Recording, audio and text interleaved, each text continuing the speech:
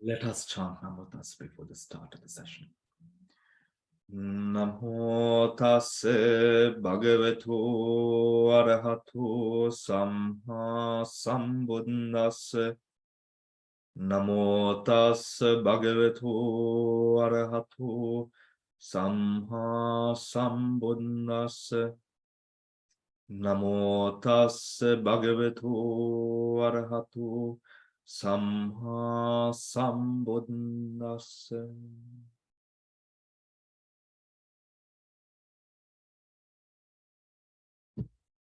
All right.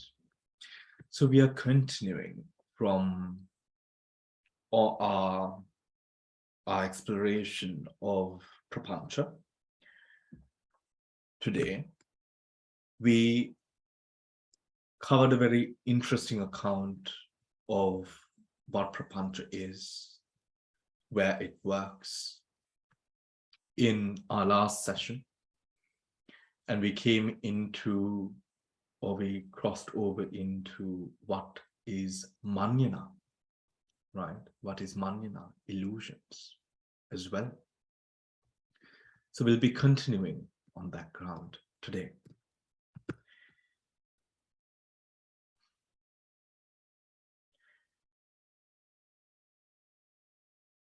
Now, when we look at proliferations,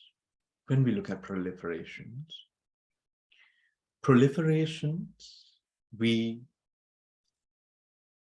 mention the word Papanca-saññā saṅkhā.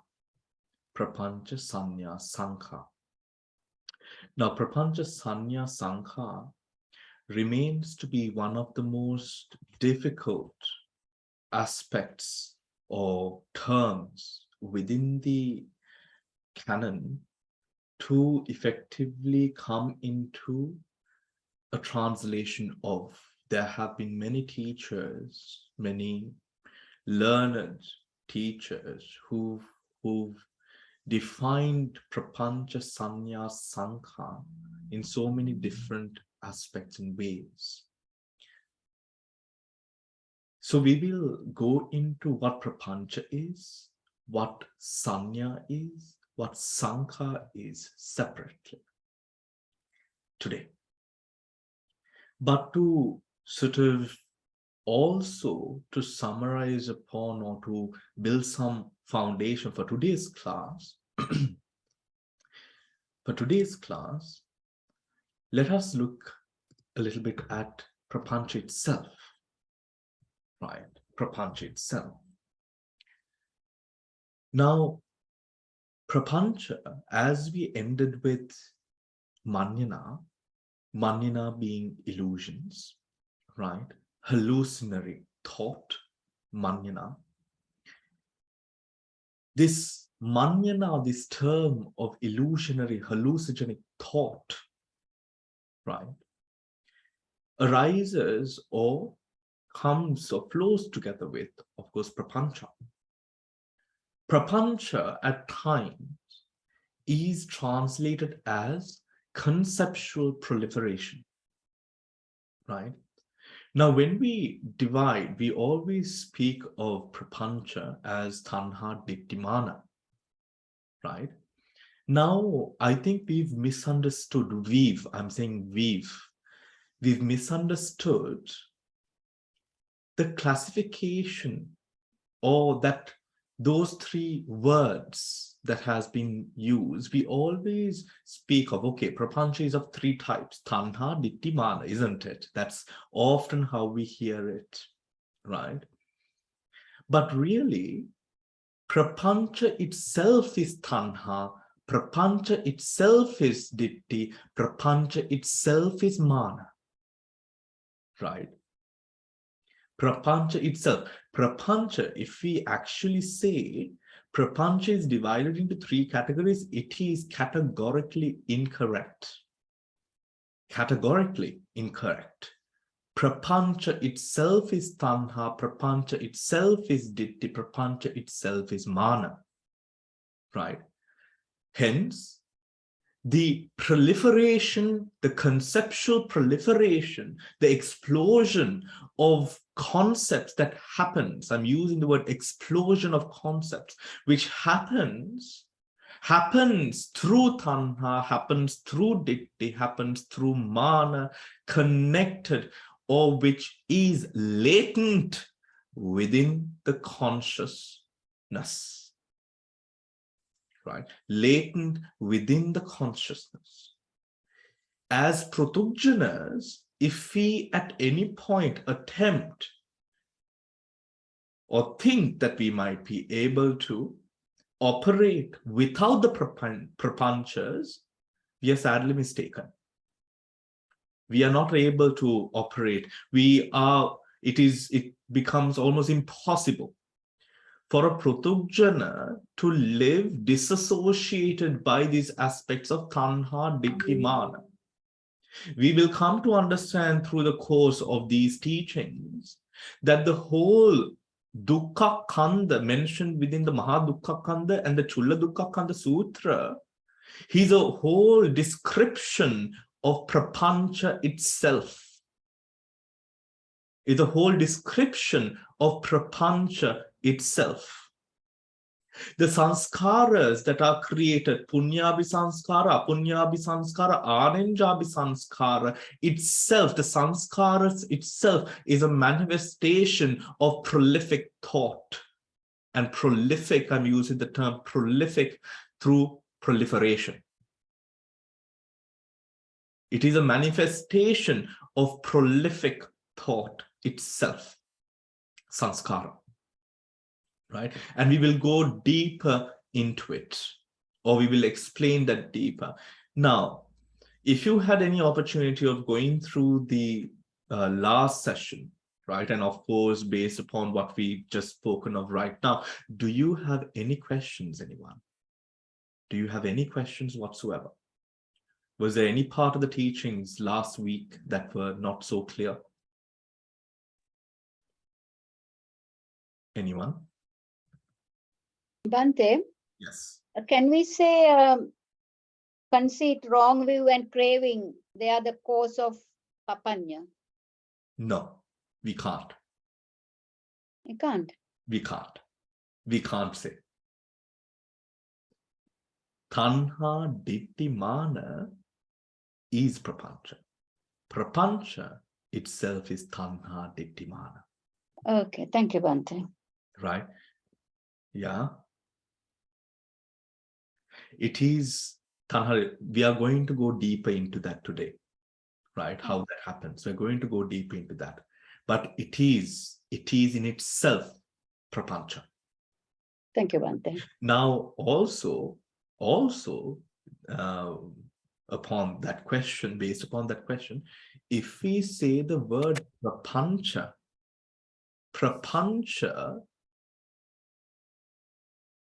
is never spoken of with just the Pali term Papanca.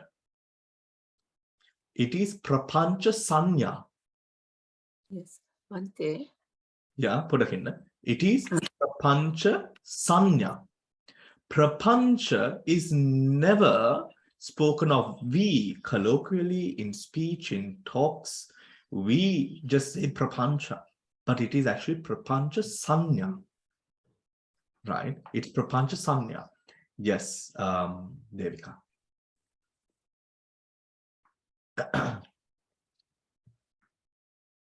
Bhante, last time we were talking about it. You mentioned there are 3 levels of that, like Anushaya, Pariyuttana, and Vitikkama. Yes. Is that right? Because yes. I have written it down. I just want to make sure. No, not 3 levels of prapancha, by the way. 3 levels of, that is 3 levels of kilesa. Kilesa, yes. Yeah, 3 levels of kilesa. And where does the prapancha work? It works at the most latent stage. Correct. Right? That is why pratujjana beings are unable to tackle prapancha, living within the mundane loka. Oh, I see. Okay. Yeah. So latent prapancha, or the occurrence of prapancha occurs at the level of latent tendency, anusaya kilesa. Okay. Right? And Okay. because of anusaya kilesa, of course, what happens? Our whole life is determined now by prapancha. Hence, we will go into again today the fact that we actually do not have free will. Right? That free will does not exist for one who has or works enslaved by prapancha. Enslaved by prapancha. Any questions? Any other questions, anyone? Yes. Bhante, you said Papañca-saññā. Is it the same as Papañca-saññā saṅkhā? Papañca-saññā saṅkhā is, now Papanca-saññā is the process of prapancha. Papanca-saññā saṅkhā is what prapancha is, right? Which we will again be going into today, right? Which is Papanca-saññā saṅkhā and Papanca-saññā. Papanca-saññā is, now we went into the fact of learning that saññā is where prapancha works through. Saññā and prapancha cannot be taken or torn apart up until we attain arhatship. We cannot break it apart, right? But there is a technique which we will again be going into, right? So Papanca-saññā saṅkhā and Papanca-saññā. Papanca-saññā speaks about the process of prapancha. Papanca-saññā saṅkhā addresses the question of what is prapancha. Is it understood? Thank you, Bhante. Amala? Yeah. Bhante, I was wondering, I was reading about Papanca, and it says Papanca is mental proliferation. For example, I'm doing meditation and all of a sudden my mind goes to something I did in the past.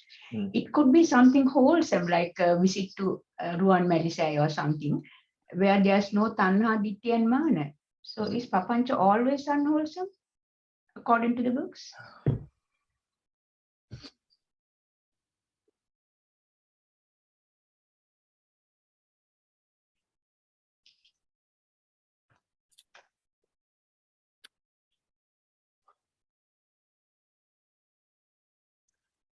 Prapancha cannot be in its foundation, in the way, the process that it works. It isn't necessarily unwholesome in nature. But what it does is it conditions the way that our life plays out, the decisions that we make, the consciousnesses that arise, the way that objects are taken, the building of self. Do you understand? Which then leads to akusala. Right? For example, if we get too attached to the performance of kusala deeds, it can very easily turn to akusala. Right? It can very easily turn to akusala. When it comes to this is actually a question. This is actually a question which will make far more sense at the end of what we're going to be discussing. Right? Well, at the end, because there is a lot of detail to this question. This is literally we have to understand the whole sort of way that prapancha takes place, right? So shall we, in that case, go into the teachings, explore, and then address it again? Yeah. If you still have that question by the end, ask. Okay. Damsri, did you want to say something? Yeah, but Damsri, you're... Yeah, okay. Yeah. One thing, the way I understood the Pariuttana and Vitikama are the manifestation of Anusaya. Are the manifestations of Anusaya. So that means that gives rise to Kilesa. sooner or later. Hmm. So, am I correct to Okay. So, imagine like that? okay.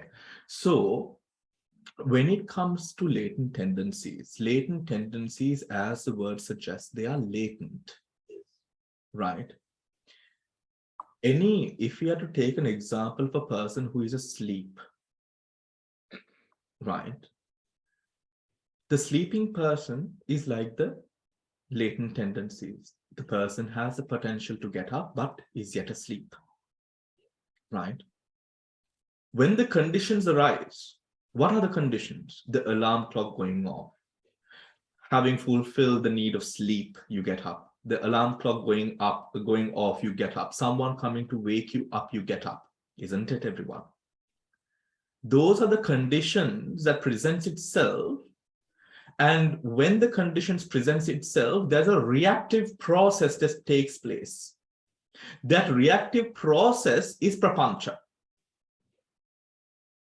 That reactive process is Papanca. What happens as a result of that reactive process? The latent tendencies manifest. They manifest in speech. First of all, they manifest in mind. And then they manifest in speech. Yeah. And then they manifest in speech. However, the latent tendencies need conditions to work on. So obviously, for obvious reasons, a person with an untamed mind, right? The person can be compared to, if untamed, if sort of wreaked in kilesa, the person will, let us say, these kilesas will manifest more often. If a person is tame to a certain extent, then the manifestations are more tame. If a person has subdued, then it's further tamed. If the person has eradicated, that means Papanca has been eradicated. Papanca eradicating means, now this is it. Papanca not having the conditions to manifest, what does it mean? The anusayas cannot produce. The anusayas cannot produce. Do you understand? Prapancha kapue gamamma anusaya ahosi vena. Anusayas will not have the energy to manifest. Right? So anusaya, powered by the prapancha, right, take objects. Do you understand? How does it take object? Saṅkhā, Papañca-saññā, saṅkhā, which I will explain. Right? Papañca-saññā, saṅkhā. That's the way it takes objects. Okay. I'm going to just leave it there. Damsari, did I answer your question to a certain extent? Yeah. The reason why I said is actually, I thought it's equivalent to, have you been to place where you feed fish in a pond? Yes. Now, if you don't feed them, you see the fish moving around, even not looking at you. As soon as you try to put your hand and try to drop some feed, yeah, then they act. They even open their mouth and try to grab it. Yes. That is the Pariuttana, the way I understood. Once you drop the fish feed and grab it, the fish grab it, that is the Vitikama. Yeah. That's the sort of condition I created in my imagination. Yeah, true. I would agree. Yeah.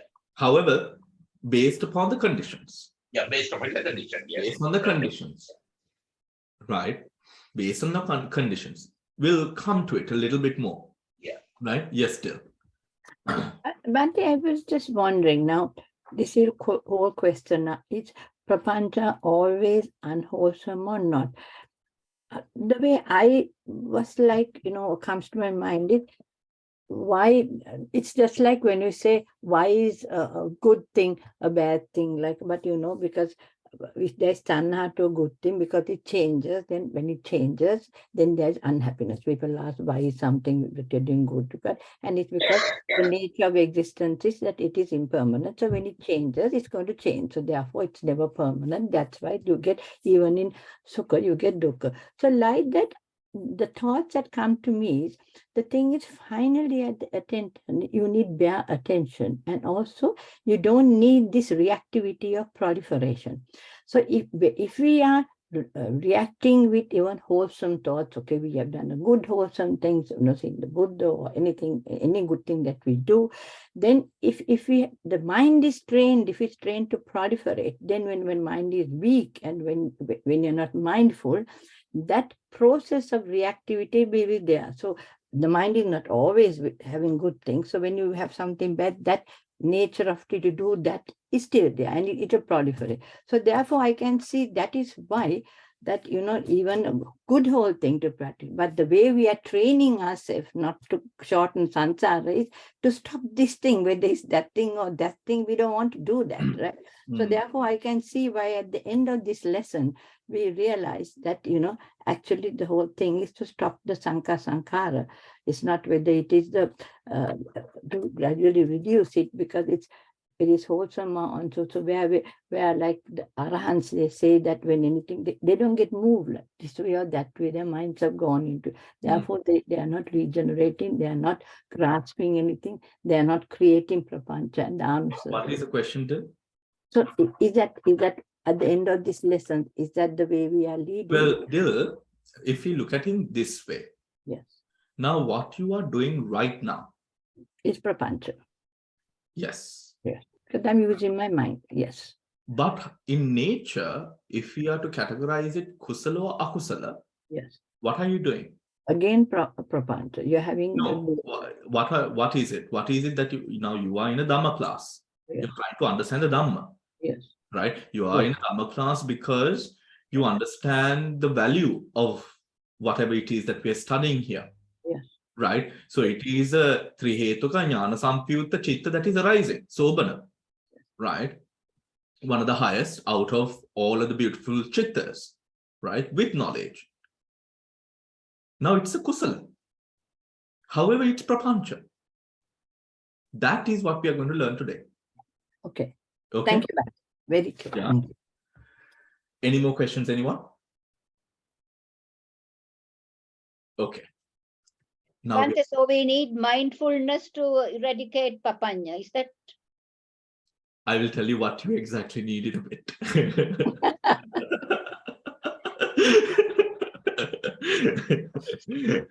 Right. This is a very complex subject. This is a very complex subject. And I mean, of course, it's easy. Tanha, ditthi, mana. Okay, what is tanha, what is ditthi, what is mana? But the thing is, it's not what tanha, ditthi, mana is, which is complex. The way that prapanca works is quite complex, right? And it's so deeply ingrained in our system that we need to understand it quite fluently, right? Quite well to be able to really track it, right? Which will then sort of give us the foundation that we need to answer your question again, right? Which we will do, right? Now, prapanca. Prapanca, when it comes to, now prapanca defined, prapanca goes on to be defined as conceptual proliferation. That is by, a specific teacher. Other teachers define proliferation, or prapanca, in different ways. We will touch on a couple of ways that it has been defined to better understand the processes of prapanca, right? When an object enters a sensory field,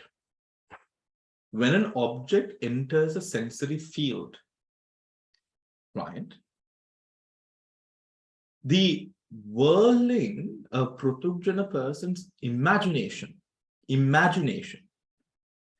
explodes and erupts with a mental commentary, right? With a mental commentary of that object which has entered the sensory field, right? With that, connected to that object that has entered the sensory field, right? However, before this object, now don't forget the Abhidhamma, before this object entered, before the Chakku Viññāna arose, what was there, everyone? Was there consciousness? Yes, there was consciousness.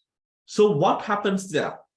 In the Bhavanga, we have the Patisandhi Chitta working. So bare attention. Bare attention. Bare attention is interrupted by prolific or rather conceptual proliferation. Do you understand? Right? Bare attention is disrupted by this prolific thought, which manifests as, or which we can understand to be, this mental commentary which arises with regards to that object, right? Which arises in regards to that object, with that object. Now, when it comes to that, right? When it comes to that, we speak about the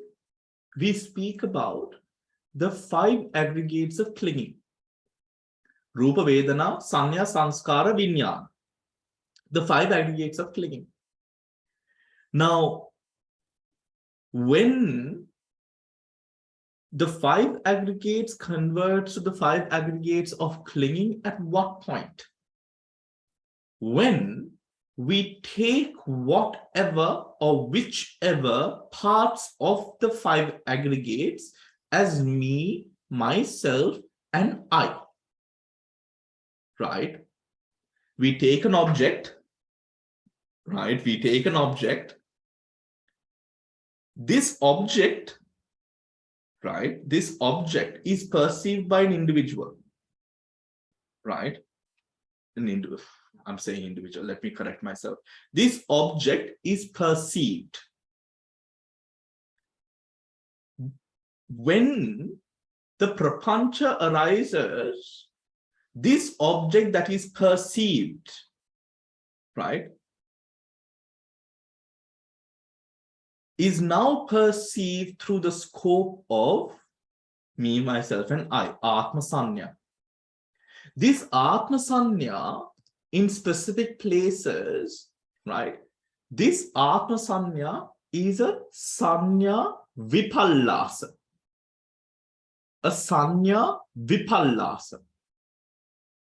Right? Saññā vipallasa. What is saññā vipallasa? A distortion of perception. A distortion of perception. Maybe I should actually take my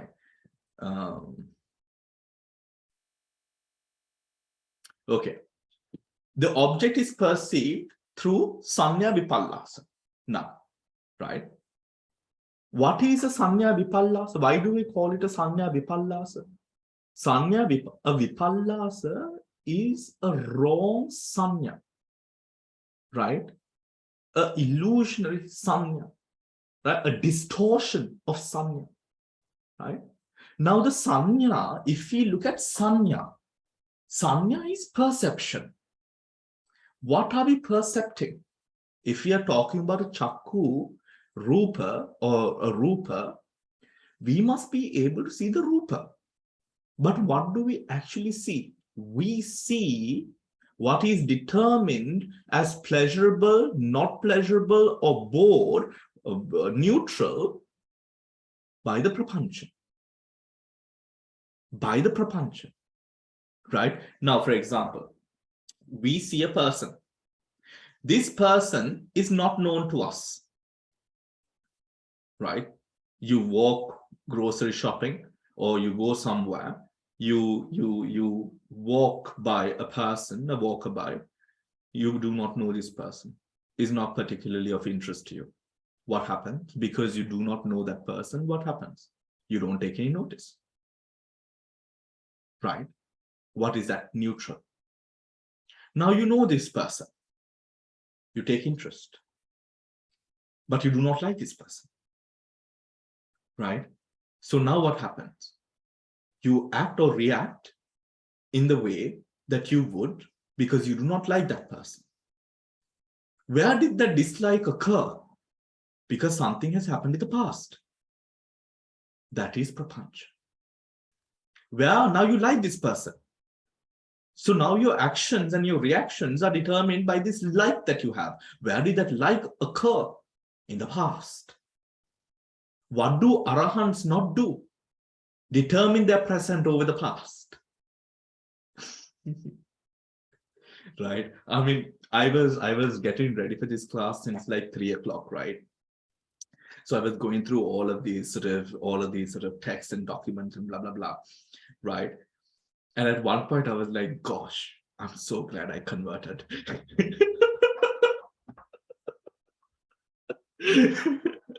Right? I was so, because I mean, you just realize how absolutely surreal, right, this whole sort of thing is. And how I was actually talking to myself, I was like, gosh, I'm so happy I'm not there anymore. I'm with this, because it makes so much sense, right? And it fits so well together, right? Fits so well together, right? Now this is, let me build on, right? This is closing up to the part where I thought, gosh, I'm happy, right? Now, that past, right, is, or the bringing up of that past into the present, and that past now conditioning the present, that motion, that transactional cognition that happens because of Papanca, right? Because of Papanca. The Papanca proliferates the mind with now ideologies, conceptual creations, right? Imaginary hallucinations of mind, bringing your past adopted concept to the present. Right? Now, if it is a person that you like, you fill yourself with happiness. If it is a person you dislike, you fill yourself with anger, hatred, or the need to sort of run away from the situation. If it is a neutral person, you will act accordingly.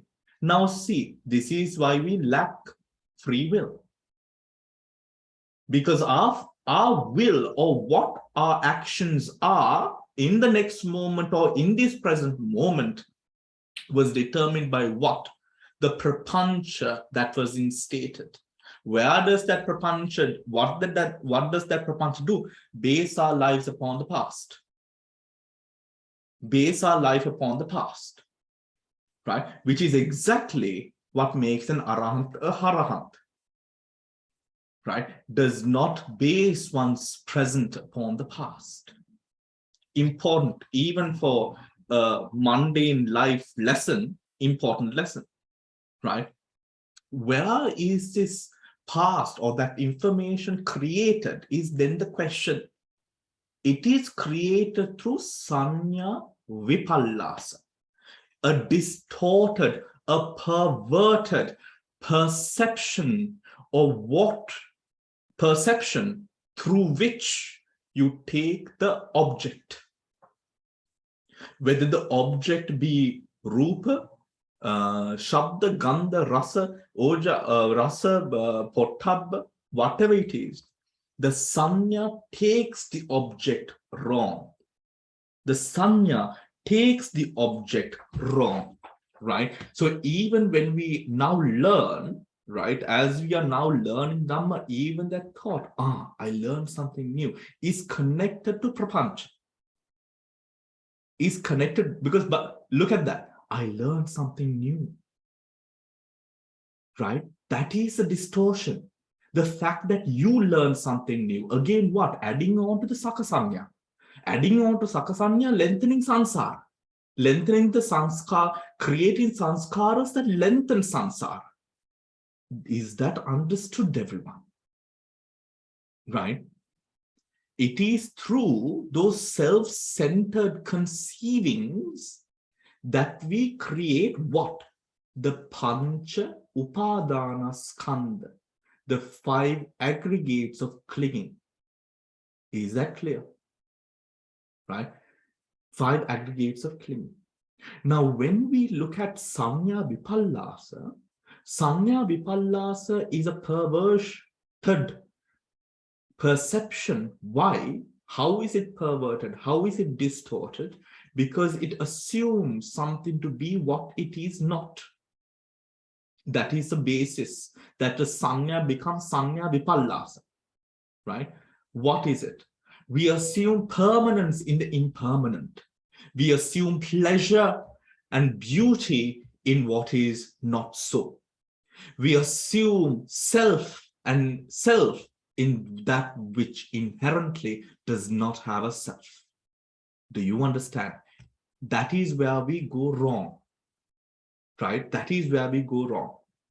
In that perverted Saññā. Now this, we might know the Dhamma. Right? We might know the Dhamma. We might know impermanent suffering, non-self. This is the reason, though, without meditation, we are unable to attain nirvana. Because the way that we know impermanence is through the frame and scope of lens of Papanca. The way that we see impermanent suffering, non-self is through the lens and scope of Papanca. We learn the anatta, anicca, dukkha based Dhamma through the scope of saṅkhā. So we take the Dhamma and then we add it on also as an attribute of ourselves. I'm a Dhammic person. I'm a good Buddhist. I'm going to go to heaven. All of that is created through the Papanca. Right? Now we need to balance this off, which is important. I understand the importance of that, because or else we'll be confused. Where am I supposed to go from here? We will come to that, I promise. Right? We will come to that. Now, I mentioned earlier, Papanca is, or the way that Papanca works, right, is categorized into 3. The way that Papanca works is categorized into 3: tanha, ditthi, mana. Right? Tanha, ditthi, mana.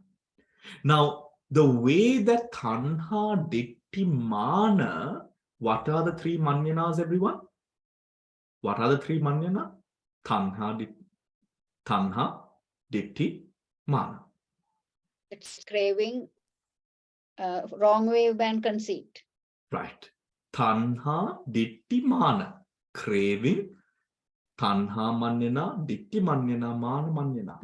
Now put 2 and 2 together. Tanha, ditthi, mana, manyana is Papanca. Do you understand? Does it make sense? Tanha Papanca, ditthi Papanca, mana Papanca. Tanha Papanca is tanha manyana. Right? The conceiving, manyana, is that hallucination. That Papanca works, itself works through the tanha manyana, ditthi manyana, mana manyana. Is that clear, everyone?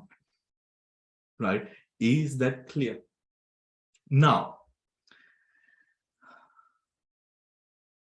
when we take in the Indriya Bhavana, we discussed the sense experience.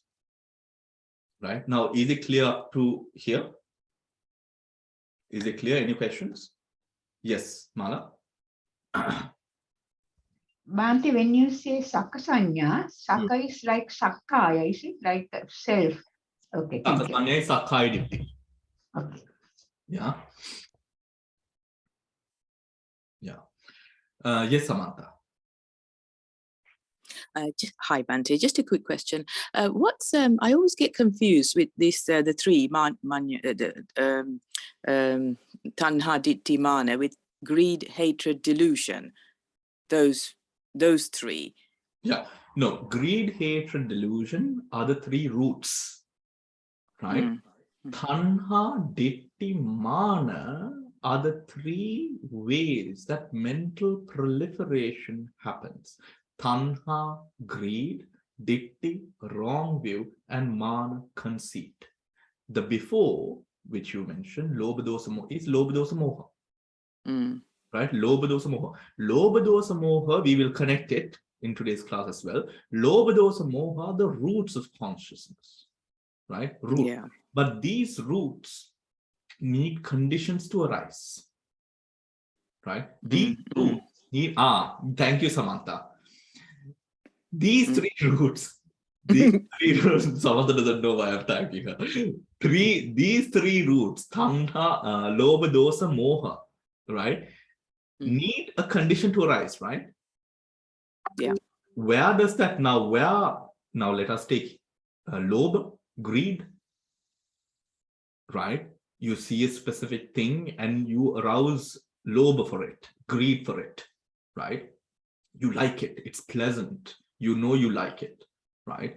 A taste, maybe a food of some sort, right? Where did that taste? In the past.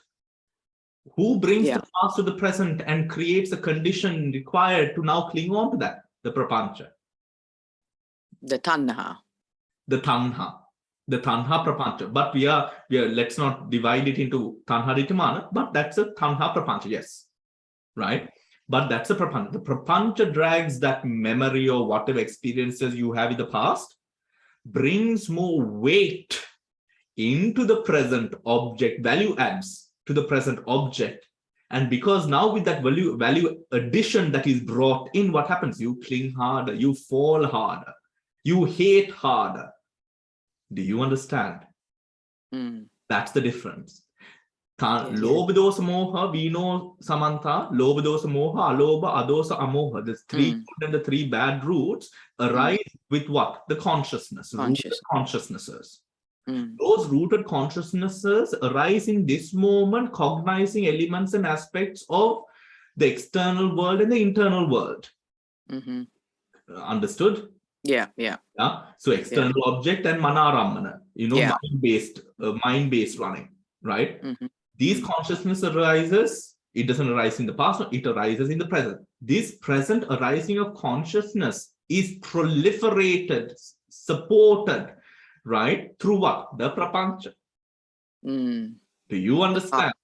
The past, tanha, mana, ditthi. The past, the tanha, ditthi, mana, what it does is, it brings that whatever baggage that you have with that to the present, and then it conditions the way the object is in the present. Right? Now let us take for example's sake, a vegetable, bitter gourd. Something that some people like, some people hate, right? But if you fry it and make it, it can be quite nice, but there's a, if you make a curry out of it, it's not the most pleasant curry to eat, right? Not the most pleasant curry to eat. Now, let us say your first experience with bitter gourd was the curry, right? You're obviously not going to want to eat it many more times up until you become a full-blown adult who values health. Then you might try it. If you don't value health, you don't not want to eat it, right? Because it's so bitter. Now see, now bitter gourd, now someone presents it to you fried in a salad, right? Which is actually not too bad, right? Now, but what are you going to think? Oh no, I hate bitter gourd. Where did that hate come from? Your experience of the past curry, right? That's prapanca. That's prapanca. Now you hate the fact that there is a dish of bitter gourd and it's absolutely disgusting, and you can't even and you're thinking, my gosh, how can these people eat this, right? Now where is all of that coming? Now you see how hard it went, right?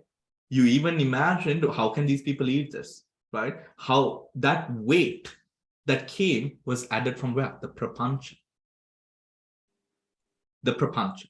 Does that make sense, Samantha? Yes, thank you. But even in the consciousness, the greed, isn't that also based on your past karma as well?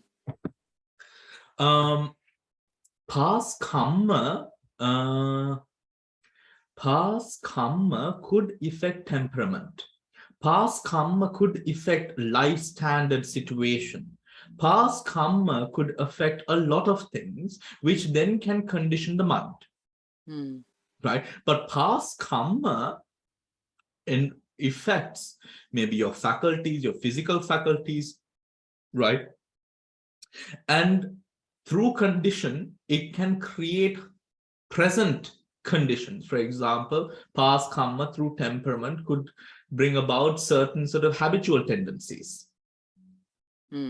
Right? But not really past karmas coming directly into, let us say, the consciousness, like that. Right? Karma vipaka. Now, past karma could, maybe if you've stolen a lot in the past, you might be poor, or everything that you earn will just wash away. Right?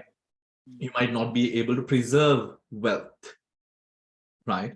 That is one of the vipakas of past karma. Right? Now, because of that reason, everything that you earn, you will see just dwindling away so fast, you don't even know where it went.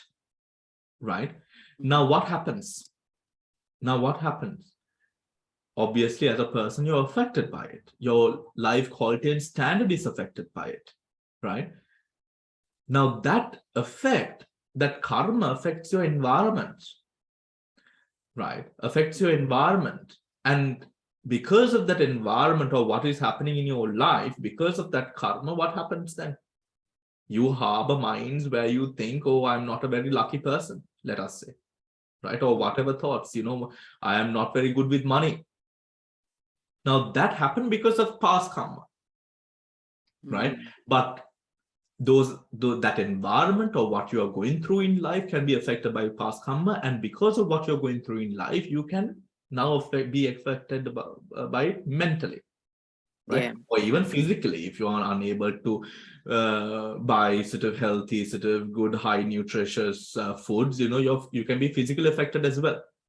Yeah, so the hatred and the jealousy will start coming in to the consciousness. That would be, yes, that can now come in, right, because of those karmas, but not in the direct manner then, right? Oh, I see. Yeah, but now let us say your past karmas through births upon births, what you've been is let us say a thief.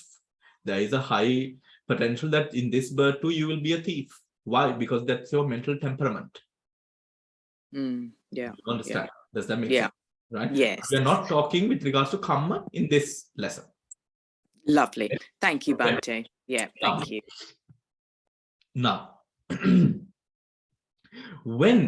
now we come down to, right, the sense experience. The meeting of the I, the form, and the I consciousness. The I, the form, and the I consciousness. What is that? What is that? That is phassa, contact. Right? Where does the phassa occur? I, form, and I consciousness. There is phassa. Now, accordingly, what is that? What are we seeing? Paticca-samuppada, right? Right? I, form, and I consciousness. When these three come together, right, there is contact. Right? At the meeting of these, there is contact, phassa. Phassa, right? After phassa, what arises? Phassa-paccaya vedana. Right? Phassa-paccaya vedana. Vedana occurs, or vedana arises. Now, vedana and perception, right, are inseparable. We know this already, right? Vedana and saṅkhā, perception, is inseparable. Perception occurs just as vedana occurs, right? Vedana occurs. Now, what is perceived? right? What is perceived, right? What is perceived through saṅkhā. What is perceived through saṅkhā. So if we are taking this or that or me or whatever it is, these things can't be sort of broken apart. Because this is that experience, isn't it? That Vedana that we see. We cannot break it apart because Vedana cannot exist without saṅkhā. It always has to exist together, because without that perceptive element, how are we able to understand what we are going through? Right? Now, this differentiation, or in this process, if we are able to differentiate, where does that differentiation come from? Or from what perspective, what part, right? We come into an understanding of whatever the Vedana is through what? This is my feeling, right? It is to the scope of I that whatever Vedana that arises would occur. Now you see, Vedana, right? And perception. Within this perception, we have the Papañca-saññā, right? And now the I. Is that clear, everyone? Right? Now this, what it leads to be doing is everything that we percept, right? Everything that we percept, we perceive, and whether we like it or dislike it, or whether it is neither something that you like nor dislike, is what? Predetermined. Predetermined. Initially, it is predetermined, right? Predetermined. It is people with a sense of openness, sense of alertness, sense of awareness, sense of self-awareness, who are able to break the cycle, not the foolish ones. Not the foolish ones. The foolish ones, what the foolish ones will do, right? Now, when we are calling people foolish, we are calling ourselves foolish as well, because we know we do it ourselves, right? What the foolish ones do is we go with the cycle. We give in, right? We give in to our interpretations based upon the past and use the present to further proliferate the mind to support past condition. So what did we also do in the past? We suffered. What did we also do in the past? We created karmas that led to our further suffering. And that is what we continue to do when we continue to act foolishly. Act foolishly. The wise break the cycle. The wise break the cycle. How? By realizing that the past does not mean that that is in the present. That is not, that it is necessarily, it does not mean that it is in the present, right? Some might say this might be foolishness. Some might say that this is you prepping yourself for failure or getting caught. There is no getting caught here, right? When a person is aware, when a person is sensitive, when a person is not emotionally driven, you are stronger, not weaker, right? So this is not setting yourself up to make the same mistakes. Mistakes are made because of kindness. In Sinhalese, we say anukampa, bhumikampava. Anukampava turns into bhumikampava when you do not know how to say no. When you think of saying no means that you are being weak, right? That's when anukampava becomes bhumikampava. Anukampava without prajñāva from the get-go is bhumikampava, right? Anukampava with compassion without prajñā. I mean, how can compassion be there without prajñā? We have been deluding ourselves from the get-go. That is not compassion. That is your need to be Jesus. That is saṅkhā in a very subtle way. How foolish are we, right? You know. So now we come, right? Now we come into this sort of phases of perceiver. In the Madhupindika Sutra, which is one of the most brilliant and the most ancient sutras available to us on the subject of Papanca, on the subject of latent tendencies. This process that we have just discussed has been divided into 3 different parts. First part, impersonal. Second part, it becomes somewhat personal, where we get involved in it, right? And the third part is objective, right?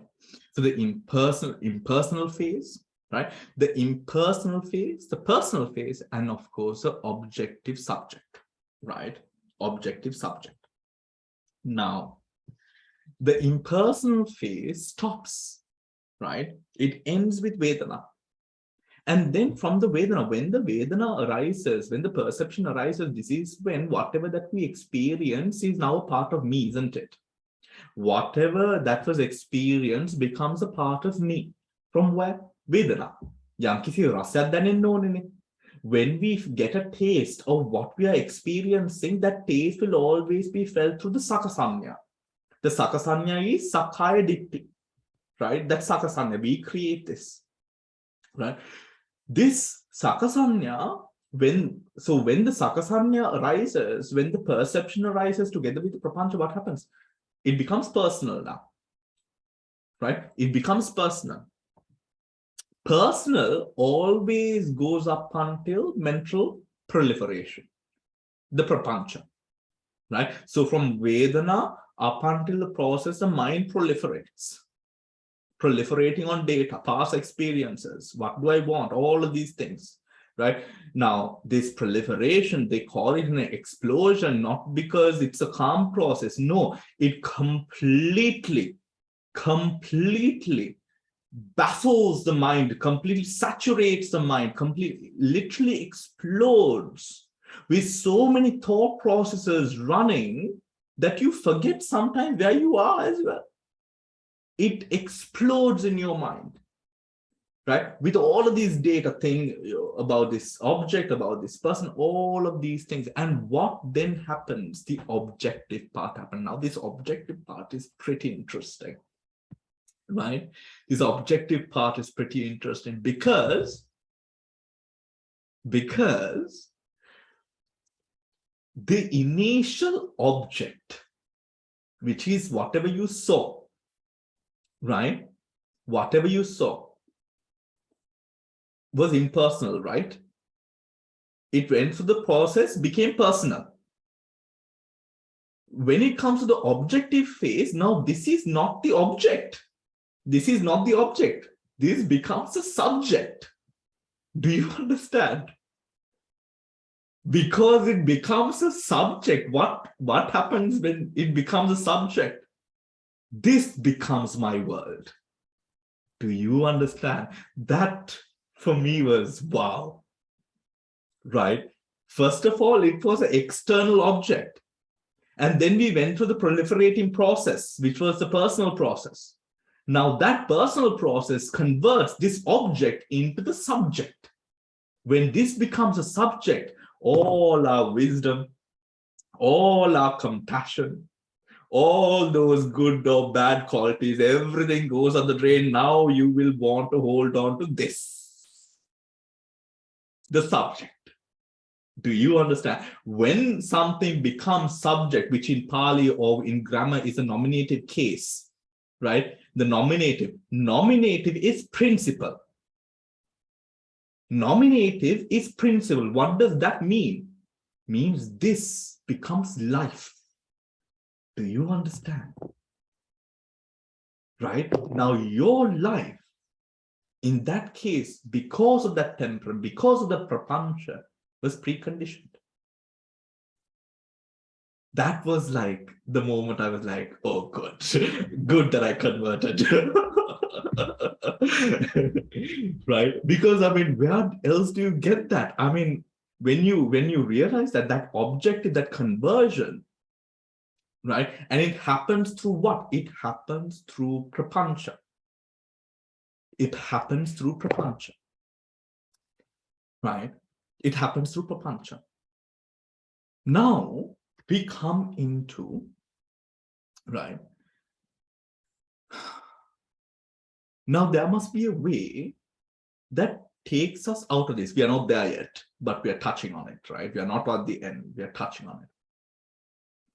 Now, Mannyana, right? Mannyana is these things that we imagine. Tanha, Ditthi, Mana, imagine. They are simply imaginations, right? The Buddha does not even dignify it as a part of reality. The Buddha is like, you idiots, you're just imagining all of this. He doesn't, I mean, he doesn't even give it like any word with weight. He just says that you're imagining, right? Mannyana, these hallucinations, right? The hallucinations mix up with sense data, which is a sense experience, right? Phassa, the data collected through phassa, right? Imagine the mannyana occurs at that point when phassa moves on from phassa to vedana and saṅkhā. At that moment, the imagining has happened, right? So you can then see that a person who lives a ignoble life, that person would, I mean, quite literally, it would be impossible for that person to track this process happening. Or impossible, right? Because that person is too engulfed with tanha, ditthi, mana, too engulfed with the world, too engulfed and taken over by lobha, dosa, moha, lobha, dosa, and amoha, all six, too engulfed, right? That person thinks, now even for example, the pincomers, everyone, even the good deeds, people assuming that this is good life, right? That also comes into the prapanca. That also comes into sanskaras creating. Where does the Buddha say? This is where then pina and kusala comes into question. Right?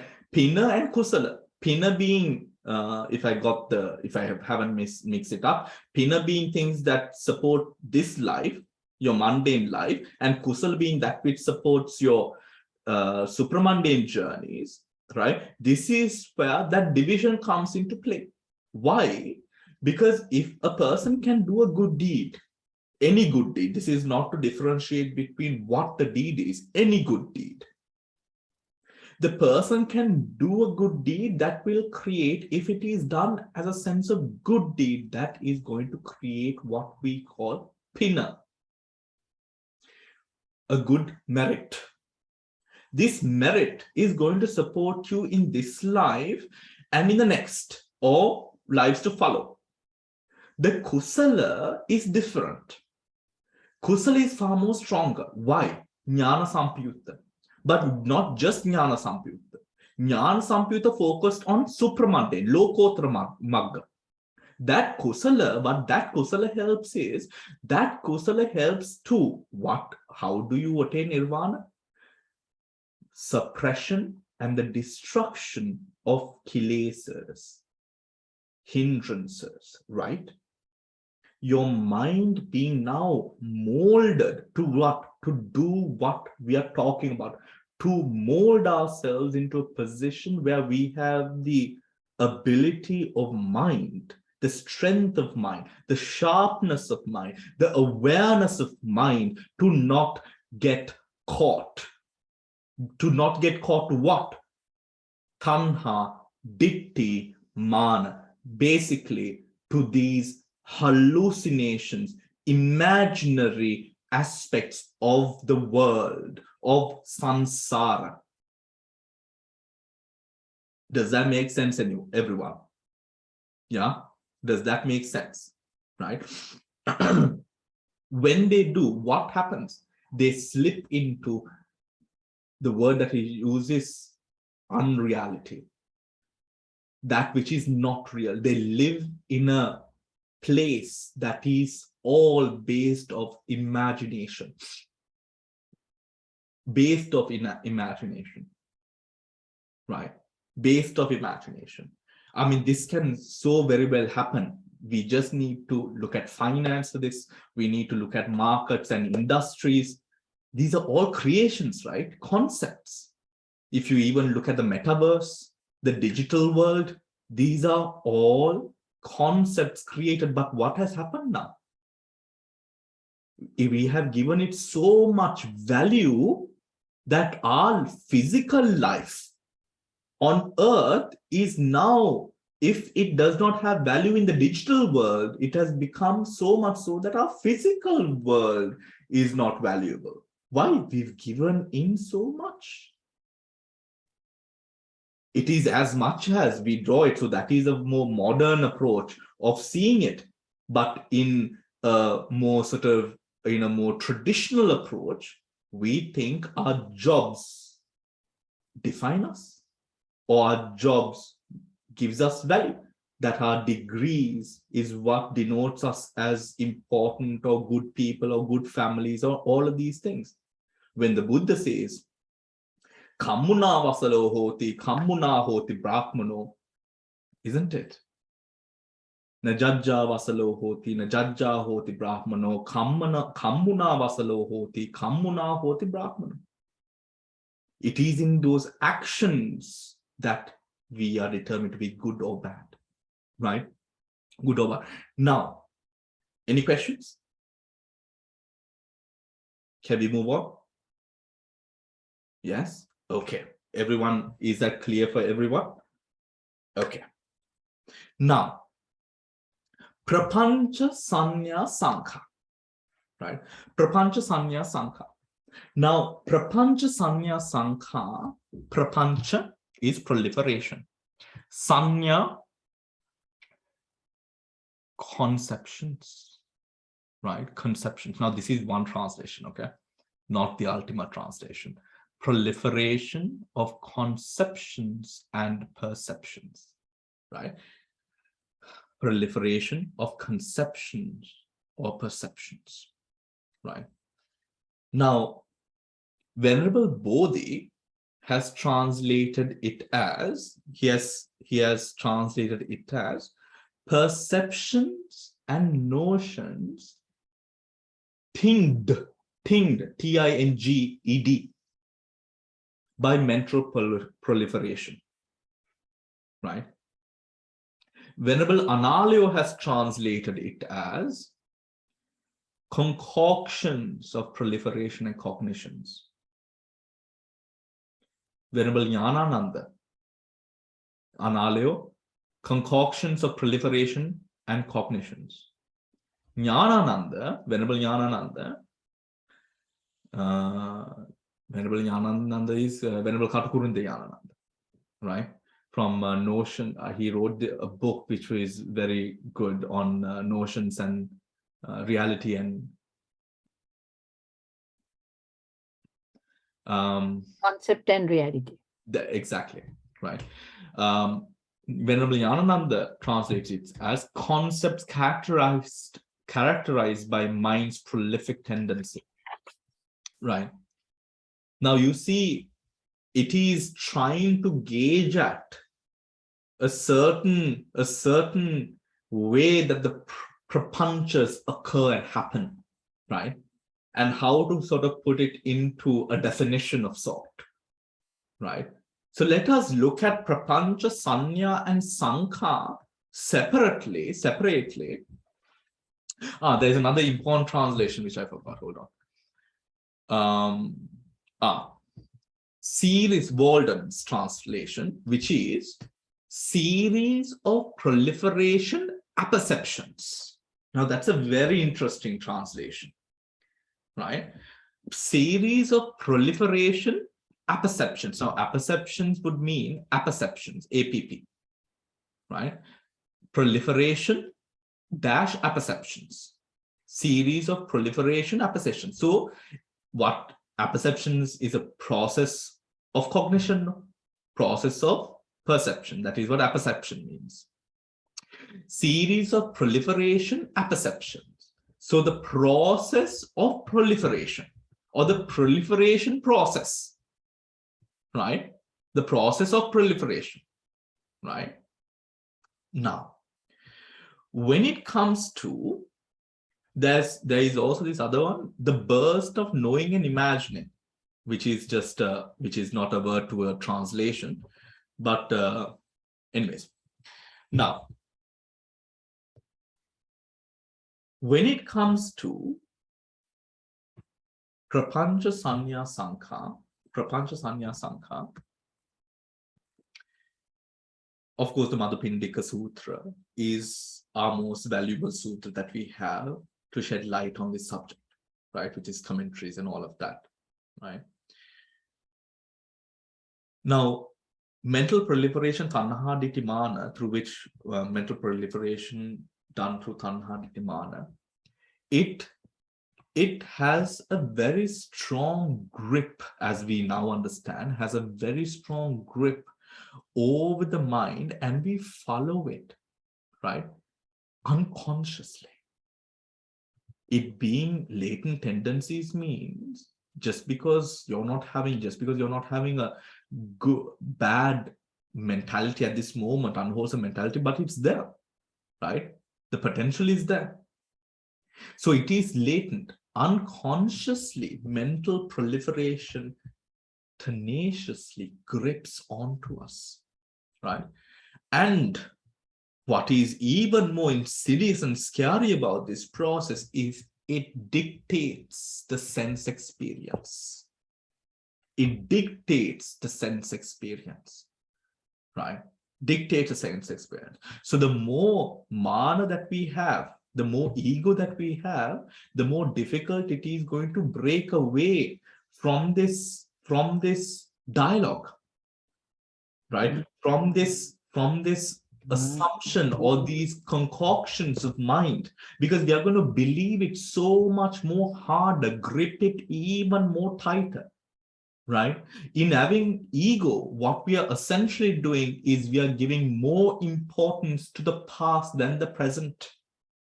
If you're talking about it from a Papanca perspective, that is what ego does. It empowers the past more than the present. Empowers the past, right? So what happens when we empower the past? What happens on our deathbed? Whilst we are dying, we are still holding on to life. While what happens when we lose something? Whilst we have lost it, we still hold on to the feeling of having it. Makes so much sense, right? Right? In every experience, that is what then ego does. We lost it, we don't have it anymore, but we are still with it. With it where? In the past. And because the ego doesn't want to let go of it. Right? That is what then ego does. It does not allow you to come into terms or see reality as it is. The reality is that you've lost it. The reality is that it's no longer with you. The reality is that you're dying. The reality is that you're not going to live very much longer. The reality is so many things, but you don't want to accept it. Why? The ego supports the Papanca. Papanca is where? In the past. The past where you had life, you had longer to live, you had all of these things. Yeah, a past where impermanence hasn't happened. And we cling on to that. What supports it? Mana. Right? What clings on it? Mana. I'm so pleased with myself. Right? Now, the sense experience in that sense, right? In that process of the sense faculty, right? This domination, essentially this domination that happens, begins at any sense experience, any kusala, akusala, abhyakata, right? Upekka. When a sense faculty, respective of sense object or the consciousness, attention that we have towards it, right? Consciousness. When they come together and then having the phassa arise, leading to Vedana, perceiving pleasure, pain, or repulsive, or whatever it is, whatever Vedana, this perception, saṅkhā, generates vitakka. Generates vitakka. The perception generates vitakka. Right? And when we think, now when vitakka generates, it will carry on the chitta paramparava, isn't it? But this is where awareness can come. But it doesn't. We're not going to talk about it coming in just as yet, but it doesn't. So what happens? The mind will proliferate. The mind will proliferate. Right? So we meditate, we have an object come up, manarammana coming up, right? We are not aware, or our awareness is not strong enough. We lose ourselves in the object, the manarammana that came up. Isn't it, everyone? Mind has proliferated. When the samadhi gets better, you get better at self-awareness. What happens is, the moment that the mind is distracted, you realize you are upekka, you have no sort of importance, you give no importance to it, you bring it back to what? The object. See, effectively breaking that process. But that normally does not happen for a mundane individual living so interacted and engrossed with life. Right? Engrossed with life. We have the important thing to note here is that we have no control over the unconscious. We have no control over the unconscious. Where do we, however, have control over? We have control over we will, or we could have control over the conscious. But usually, if we have given so much importance to that which is arising through the unconscious, the conscious stream is determined by the unconscious. Because that is so, we become possessed by the mental proliferation. Possessed is the word. Possessed by the mental proliferation, the thoughts, the misfit imaginations, and the thoughts that arise that are not really true at the moment, but you cling on to that. It is only a person who has put in the effort to cultivate their minds who can see through this process, who can see through this process. Be able, but seeing through the process can't start at that moment. Seeing through the process cannot start at that moment. Why? It can only start by awareness over the mind. If we know how the mind works, we can then understand the mechanism of the mind to now keep it from proliferating beyond a certain amount. It proliferates. We can't stop it. But what we can do is we can stop the proliferations happening beyond a certain point. Beyond a certain point, not giving in to the cycle, the repetition. Right? The repetition.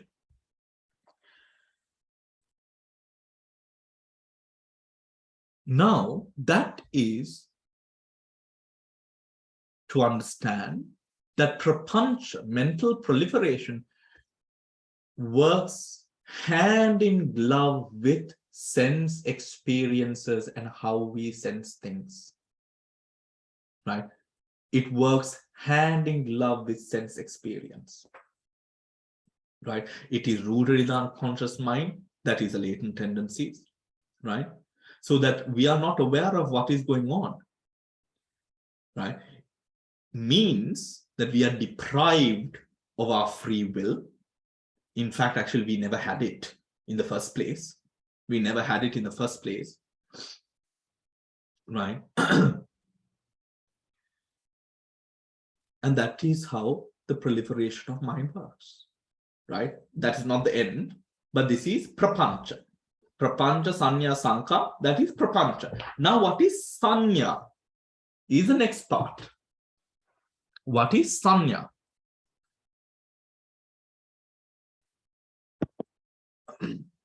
What is saññā? Saññā is, we know, perception. Is translated as, saññā is translated as perception. Perception of the 5 aggregates. But in this case, when we are talking about Papanca, we have to understand saññā as vijnāna, right? Or very much like consciousness, vijnāna. It works because it works. That saññā that we are relating to in this case, it works like consciousness. Like consciousness, because basically it is aware of sense object. Basically, that is what it does, saññā. It is aware of sense objects. That is what consciousness does, no? The taking of object, right? And saññā here does a very similar thing with regards and relation to Papanca, which is a basic awareness of sense objects, right? But that is not the only thing that saññā does here. It evaluates and also adds value to the object, right? Recognizing in the process, recognizing it or recognizing the object from past experience. So 1, aware of sense object, right? 2, it evaluates the sense object. 3, it adds value to the sense object. 4, recognizes a sense object from the past. Is that clear, everyone? It performs these 4 functions. It performs these 4 functions, right? Is that clear? Basically, Can you repeat it again? One, it is aware of sense object, right? Aware of sense object. 2, it evaluates the sense object. 3, it adds value to them. And 4, it recognizes a sense object from the past. Yeah, it recognizes a sense object from the past. Yes, Samantha. Bhante, you know the first one, the awareness of the sense object. I thought that was the contact stage, not perception. Perception would be the evaluation from the, the past experience and everything. Yeah, remember Samantha, this is why you mentioned usually.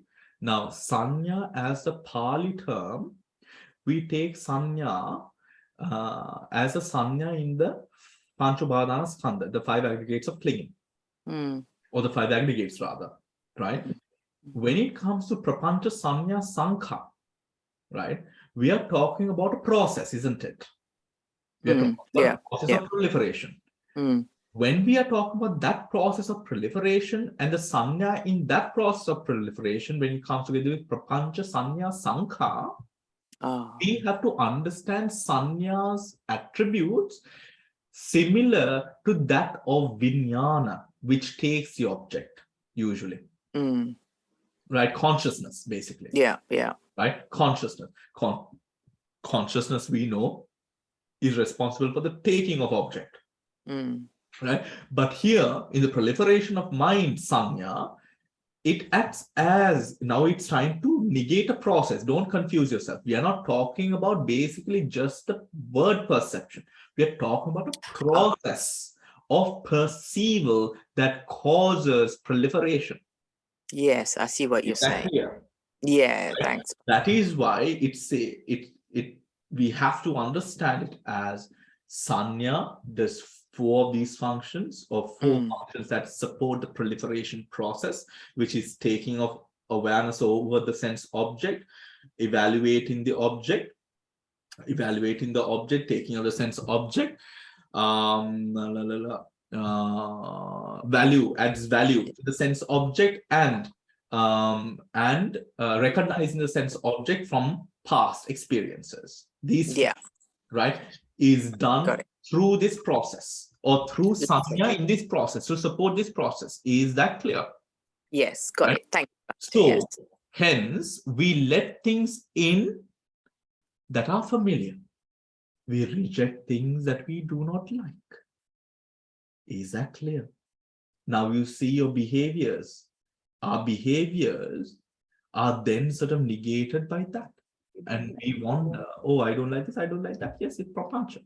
And the same as right? It's Papanca. So, is Papanca. Oh. Is Papanca.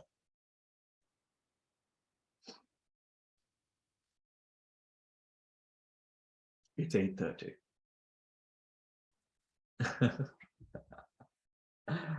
Is Papanca. Is Papanca. Now, that is saññā. Let me take 5 minutes more, please. Yeah, that is saññā. Actually, no, it won't be enough. So we will stop there. Yeah, that is saññā. Saññā is that part which performs those 4 functions. What is saṅkhā? Maybe I'll just say what is saṅkhā. Saṅkhā, right? Saṅkhā. No, we don't have time. I'm sorry. We don't have time. Oh, please. Sounds exciting. No, we don't have. Okay, you look tired. It'll be give this meaning in summary, and we will elaborate next time. Yeah, that's good. Yeah. Okay. Yeah. So saṅkhā, when it comes to saṅkhā, saṅkhā is defining, or the definition of what has just taken place. Right. What has just taken place.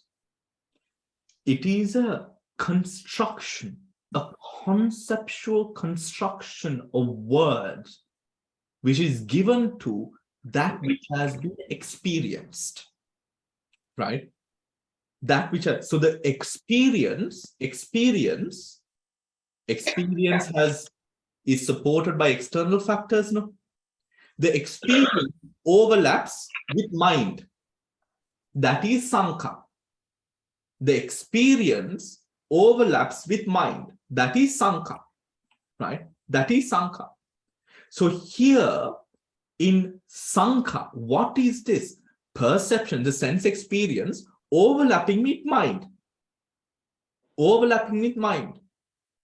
Saṅkhā would then solidify through definition and word concept what has been experienced, right? What has been experienced, right?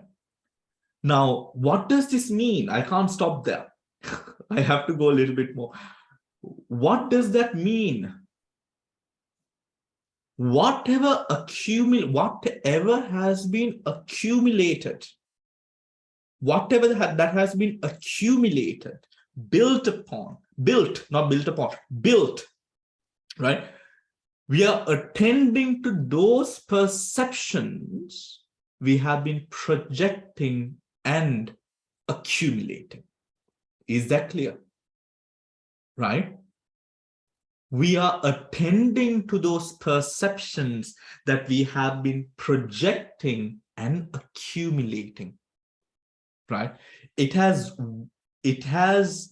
only the task of projecting notions and imaginings. Projecting notions and imagine what we desire, what we hate, what we are deluded with, all of these things, projecting notions, right? Projecting notions. Do we see? Now, when that notion is projected, what happens? The proliferation becomes stronger. That itself is the proliferation. Without the fact of these notions being projected, without the fact in saññā, the taking of the awareness of the object, understanding the object, recognizing the object from the past, putting more weight upon the object, right? Now, with weight put onto the object, determined by the weight, determined by where you recognized it from the past, now it has some solidity. That solidity is even more built upon how? Now you recognized it, no? This is the place. This is the place I remember it from. Now that place opens up to the mind. Now making that obsession harder, intensifying that experience. Now you're all in it. Because as we mentioned, the object becoming the subject. How does the object become the subject? With prapanca, the process, saññā, saṅkhā. The notion, I don't like it, I like it. This is the story behind all of those projections makes you obsessed. So much so that sometimes we forget everything around us. We forget everything around us. Does that make sense, everyone? Right? So when we are obsessed, when this obsession takes place, when this obsession takes place, what are we doing when the notions, what we desire, what we hate, what we are deluded with, what we fear? This is the way the mind, creative mind works, right? It explores the unknown, right? It explores the unknown. We measure ourselves against others, creating problems for ourselves, you know, something which might be ancillary and very sort of weak and futile in another person's eye. We create, it is huge for us. Why? Because of that story that proliferated itself. This is the only thing that I have. It is not. You think this is the only thing that you have. Right? It is like people's minds proliferated by the fact of the troubles in their life that they attempt suicide or whatnot. Right? They think, oh my gosh, my life at this moment is horrendous. This is how it's going to be for the rest of my life. Proliferation. Right? Completely, entirely, that they forget. Smart people itself forget to see that this is impermanent. This is impermanent. How? Because that subject, that object became the subject. This is what in the way the mind works, and I'm going to stop here, measuring ourselves against others, creating problems for our lurking, insidious behind our thinking, this proliferation works, and this is all the root of all religions as well, right? Because this is the way it works, right? It builds upon fear, fear-mongering, fear over death. Where am I going to be after death? Am I going to heaven? Am I going to hell? Will God accept me? Will God not? Will I be burning the crimson fires of Lucifer? All of these things, right? Why? Because someone told me, I'm still holding on to it, right? Even that fear, whatever the fear is, we find ourselves now trapped and entrapped in a cycle, right? That is saṅkhā, right? That is saṅkhā. Samantha, let us not think about saṅkhā as sankhara for the time being. I have to explain it more, right? Thank you, So for Bhante. now, Brilliant. just keep it as Papanca-saññā, saṅkhā, but Papanca-saññā, saṅkhā. Remember that this saññā and saṅkhā that you're going to see is a definition adding on to the prapanca process, not the saññā and the sanskara of the 5 aggregates. That is important to note, right? That is important to note. Might be the same word, but is not speaking about the same things. Is that clear, everyone? Right? Now, that is the end of our session today. Right. Very That's interesting, Bante. the end of our session today. All right. So, Noeline, I've not answered your question. We might need a third session, right? So it is very interesting. It is very interesting. And in researching, right, I think I did I did a talk, I think last year, on Vesak or whenever, about Papanca, and I was reminded of it whilst I was, and I realized, my gosh, instead of going deeper into it and having gone into the other sections and now coming back into the saṅkhā, Papanca itself, how much even in my learning, I further understand it differently today, because we keep on building up, right? Yes. Right, we keep on building up, and to sort of also, when we sort of put it together, we really realize, I mean, what I got so excited about is the fact that how Papanca, the study of that Papanca, can be linked to, of course, Indriya Bhavana, which I'm going to draw connections and parallels with.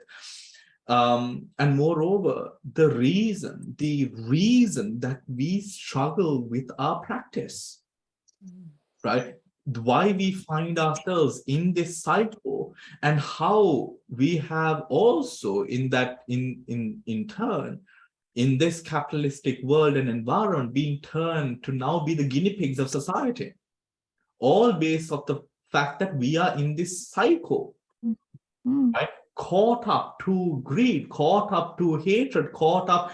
We have become the guinea pigs. We are working as slaves to buy and buy and buy, purchase, purchase, purchase. We are the hamsters in the hamster wheel. And why? Papanca. Papanca. And it's so exciting. So I'm going to leave you with that, right? Leave you with that. Take care. Bante, can I just ask you one little thing? This is why, Bante, we have you, so we are very fortunate. But see, when you look at the Panya we want, see, in the Chintamaya Pancha, we are just reflecting and thinking in our minds, like what you said. But in the Suttamaya, you're doing all these studies but finally it is the Bhavanamaya and the Indriya Bhavana and things, and the realization, the insight without the thought that you find. And the balance of that is what he's all about. Thank you so much for the hours you have spent and for repeating this in all our 3 classes. Sadhu. Take care, everyone. Thank you. Everyone, Sarvasarnai, Bante. Terima kasih, Bante. Terima kasih.